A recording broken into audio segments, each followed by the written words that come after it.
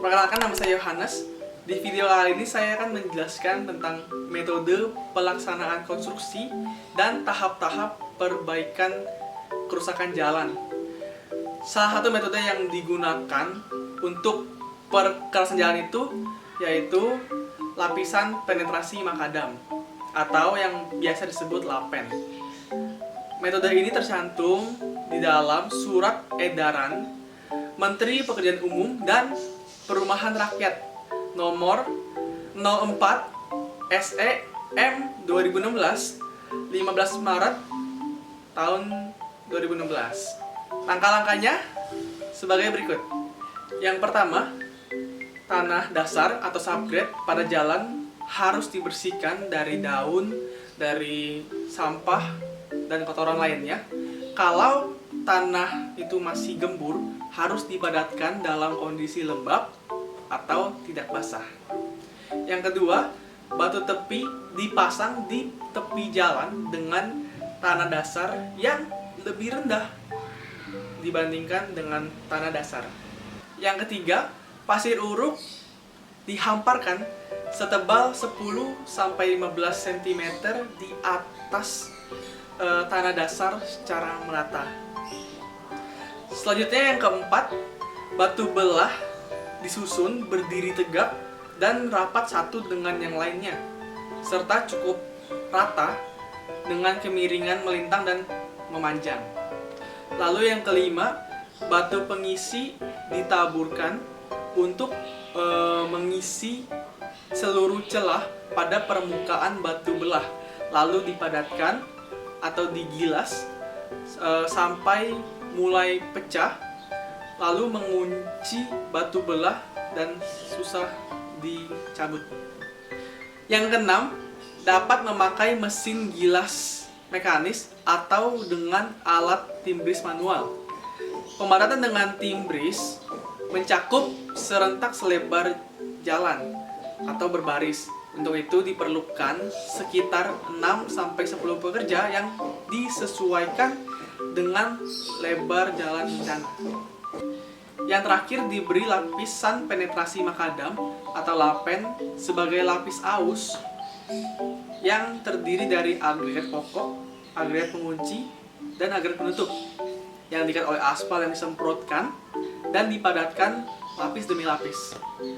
Maka itu setelah 7 langkah ini selesai, jalan dapat digunakan dan dilalui oleh kendaraan.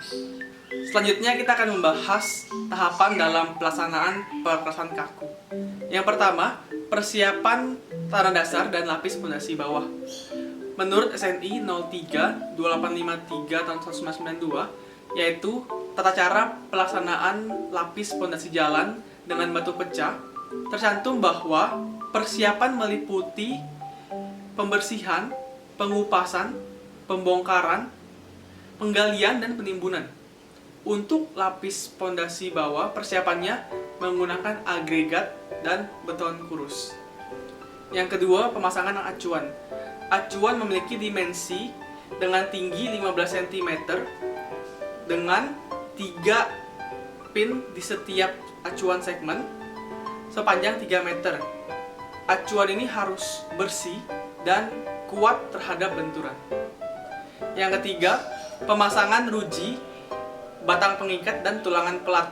Ruji berfungsi sebagai penyalur beban pada sambungan jalan yang dipasang, menguatkan konstruksi badan jalan, dan menghambat retakan agar tidak merambat. Ruji dipasang pada tanah dasar secara tegak lurus dengan sumbu jalan. Untuk batang pengikat harus terbuat dari batang baja ulir atau BJTS 30 berdiameter minimum 16 mm atau sesuai gambar rencana. Batang pengikat diletakkan pada lokasi sambungan memanjang yang disusun di atas dudukan. Batang pengikat tersebut tidak boleh dicat atau dilapisi dengan aspal atau bahan lainnya. Untuk pemasangan tulangan pelat, tulangan terdiri atas anyaman kawat dilas atau anyaman batang baja. Batang baja harus bebas dari kotoran, minyak, cat, dan karat yang akan mengganggu kelekatan antara baja dengan beton. Langkah keempat, pengecoran, penghamparan, dan pemadatan. Pengecoran harus memperhatikan elevasinya agar tidak mengalami segregasi. Lalu hamparkan beton secara merata.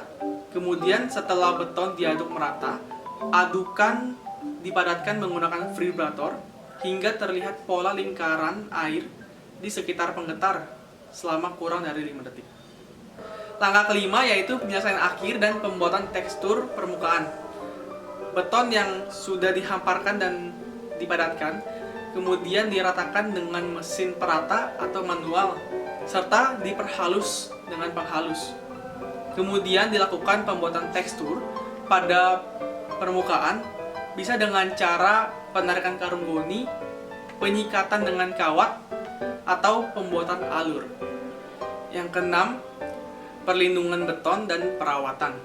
Untuk perlindungan beton, dapat merendam dengan cara menyiram air dan membendung air di tepi plat beton, menutup permukaan dengan geotekstil atau karung goni yang dijaga kelembapannya, atau menutup dengan cairan kompon perawatan beton.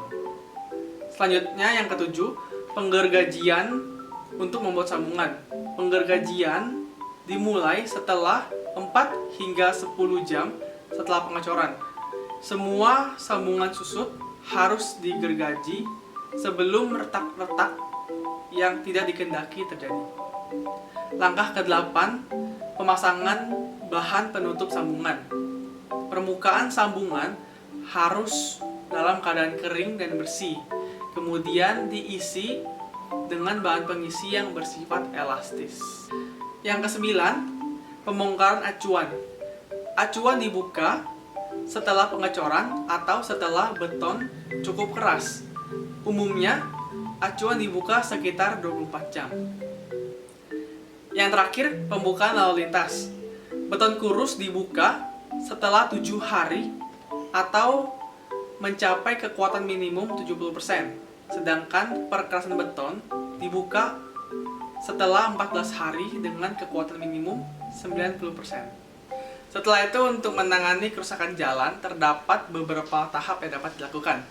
Misalnya, jalan rusak berlubang dan amblas, maka langkah-langkah pengerjaannya sebagai berikut. Yang pertama, pada lubang atau amblas tersebut digali dalam bentuk segi 4. Selanjutnya, dasar galian tersebut dipadatkan. Yang ketiga, setelah dipadatkan, maka isi galian dengan bahan jalan yang baik. Selanjutnya, padatkan lagi bahan isian tersebut sampai permukaannya rata dengan permukaan jalan. Kemudian sama seperti langkah sebelumnya, diberi lapisan penetrasi makadam sebagai lapis aus atau lapis permukaan. Sekian penjelasan dari metode pelaksanaan dan tahap-tahap perbaikan kerusakan jalan. Semoga bermanfaat. Terima kasih.